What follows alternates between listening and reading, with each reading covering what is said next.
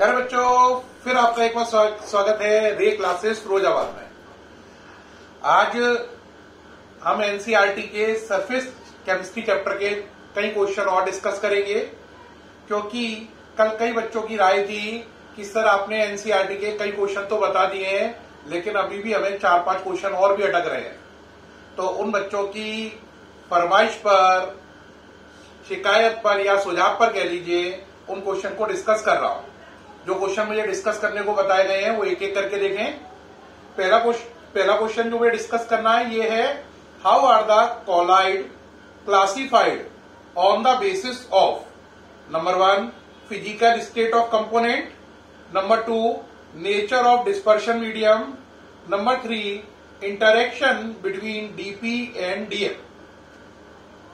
इस क्वेश्चन में कह रहा है, ये क्वेश्चन नंबर 14 है, अगर आप पे नोट्स हो तो 1414।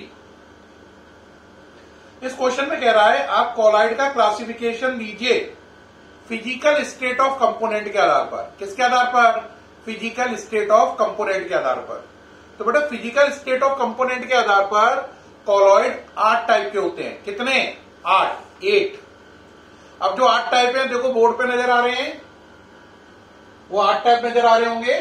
पहले में देखो डीपी में सॉलिड सॉलिड सॉलिड है, देखो सॉलिड सॉलिड सॉलिड है ना, और डीएम में क्या है? Solid liquid gas. तो solid in solid, solid in liquid, solid in gas. कितने हो गए? 3।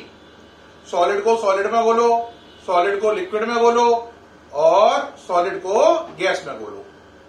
अगर आप सॉलिड को सॉलिड में घोलेंगे तो इसका नाम पड़ेगा सॉलिड सॉल। एग्जाम्पल है जेमस्टोन। ये वही जेमस्टोन है जो अंगूठियों वगैरह में पहना जाता है। सॉलिड को लिक्विड में घोलोगे तो नाम पड़ेगा सॉल। इसका एग्जाम्पल है पेंट, जो घर पे आप पेंट या डिस्टेम्पर कराते हैं वो वाला। सॉलिड को गैस में घोलोगे एरोसॉल। एग्जाम्पल है स्मोक। क्या एग्जाम्पल है? स्मोक। ये वही स्मोक है जो आपने सुना होगा दिल्ली में स्मोक फैल गई और विजिबिलिटी 0 हो गई, बहुत पॉल्यूशन है। तो हमने देखा 3 ऑप्शन क्रिएट हुए, solid in liquid, solid in solid, solid in gas. यानी सॉलिड को सॉलिड में घोल लो, लिक्विड में घोल लो और गैस में घोल लो। अब फिर अगले 3 क्रिएट हुए, देखो तीनों में लिक्विड लिखा है, तो लिक्विड को सॉलिड में घोलो, लिक्विड को लिक्विड में घोलो और लिक्विड को गैस में घोलो। Liquid solid, liquid liquid, liquid gas. अब अगर आप बात समझ पा रहे हो तो समझो पहले क्या था, सॉलिड को किसमें घोला था? सॉलिड लिक्विड गैस में। अब लिक्विड को किसमें घोला? सॉलिड लिक्विड गैस में। अगर लिक्विड सॉलिड लोगे जेल नाम है, लिक्विड लिक्विड का नाम इमल्शन है, लिक्विड गैस का नाम एरोसॉल ही है। जैसा ऊपर लिखा है सेम ही लिखा रहेगा। लिक्विड सॉलिड का नाम है जेल, जेल का एग्जाम्पल है चीज। चीज समझ गए? चीज समझ गए ना? चीज मतलब पनीर। या इसके लिए एक और एग्जाम्पल मैंने उस दिन क्या दिया था कि आप सिलिका जेल भी यूज कर सकते हैं। कौन सा? Silica gel. लिक्विड लिक्विड का एग्जाम्पल मिल्क और बटर बताया था, इमल्शन नाम है। लिक्विड गैस का एग्जाम्पल एरोसॉल। इसमें एग्जाम्पल स्मोक की जगह हो जाएगा फॉग। एरोसॉल दोनों है लेकिन इसमें एग्जाम्पल स्मोक है, इसमें फॉग है। अब गैस की बारी आई। अब गैस को सॉलिड में घोल सकते हैं, लिक्विड में घोल सकते हैं। गैस का कॉलॉइडल सॉल्यूशन नहीं बनता। रिपीट, गैस का कॉलॉइडल सॉल्यूशन नहीं बनता। अगर बनता तो आंसर 9 आता। गैस वाला नहीं बना, इसलिए आंसर 8 रह गया। क्यों? सॉलिड के 3, लिक्विड के 3, गैस के 2। कौन कौन से? सॉलिड में घोल लो, लिक्विड में घोल लो। गैस का कॉलॉइडल सॉल्यूशन नहीं होता। तो गैस सॉलिड फॉर्म एग्जाम्पल है, इसका नाम है pumice stone. PUMICE, pumice stone.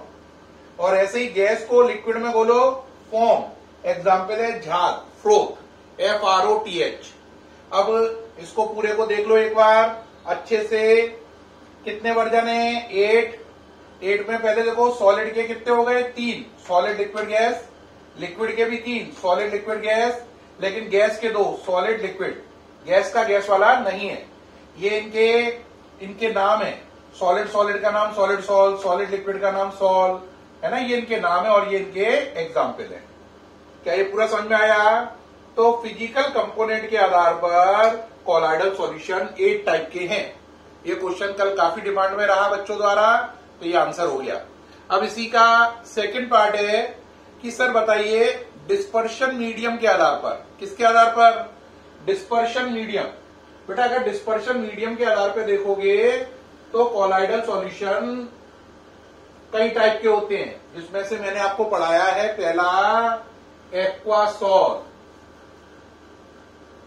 जिसका दूसरा नाम था हाइड्रोसॉल।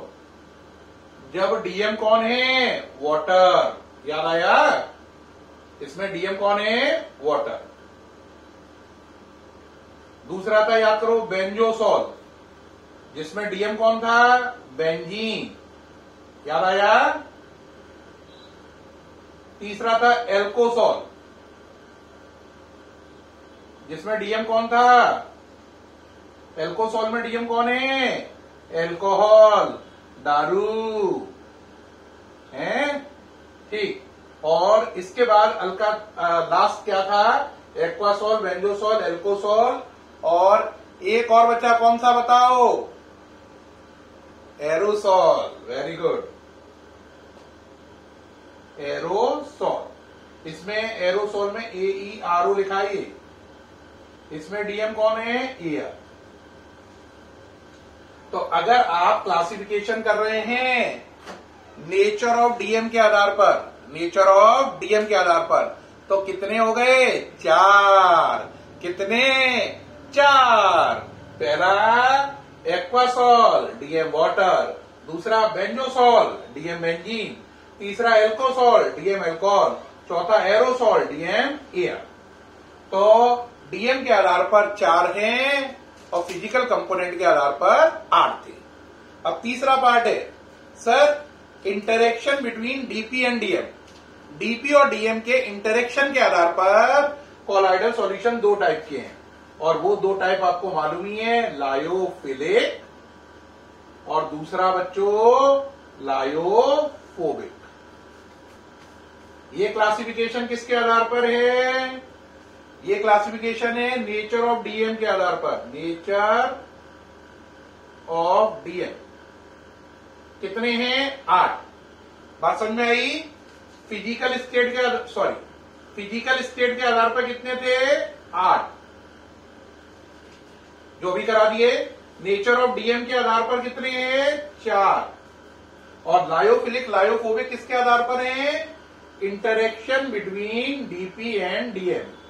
Interaction between DP and DM. D capital कर लो, डीपी एंड डीएम।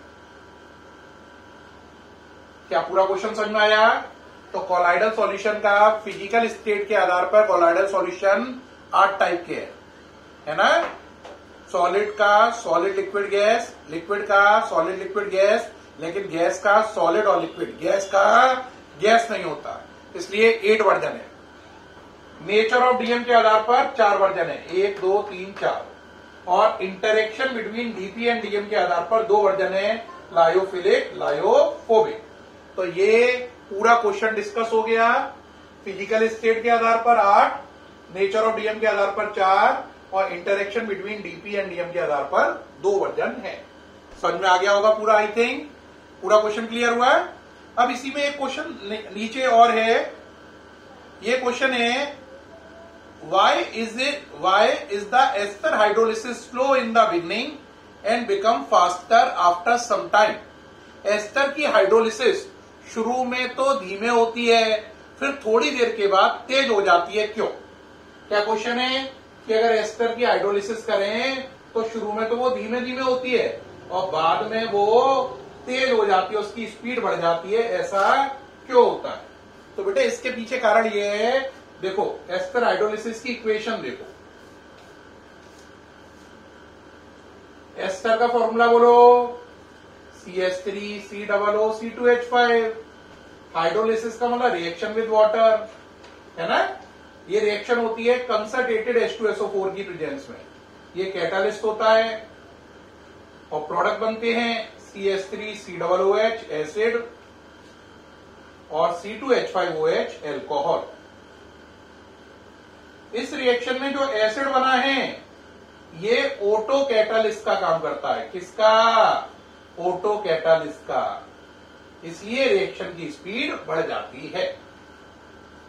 तो क्वेश्चन है एस्टर हाइड्रोलिसिस की स्पीड शुरू में धीमी होती है, बाद में तेज हो जाती है, क्यों? तो मैंने इसका आंसर क्या दिया? एस्टर हाइड्रोलिसिस में एसिड और अल्कोहल दो प्रोडक्ट बनते हैं, जिसमें से एसिड ऑटो कैटालिस्ट का काम करता है। तो जैसे ही एसिड बनेगा रिएक्शन की स्पीड बढ़ जाएगी। ऑटो कैटालिस्ट क्या होता है, याद आया? अगर किसी रिएक्शन का कोई प्रोडक्ट ही कैटालिस्ट का काम करे तो उसे ऑटो कैटालिस्ट कहते हैं। इस रिएक्शन का प्रोडक्ट कौन बना? एसिड और अल्कोहल। उसमें से एसिड किसका वर्क कर रहा है? आंसर कैटालिस्ट का। तो ये ऑटो कैटालिस्ट का उदाहरण है। इस ऑटो कैटालिस्ट एसिड के बनने से रिएक्शन की स्पीड अचानक ही कई गुना बढ़ जाएगी।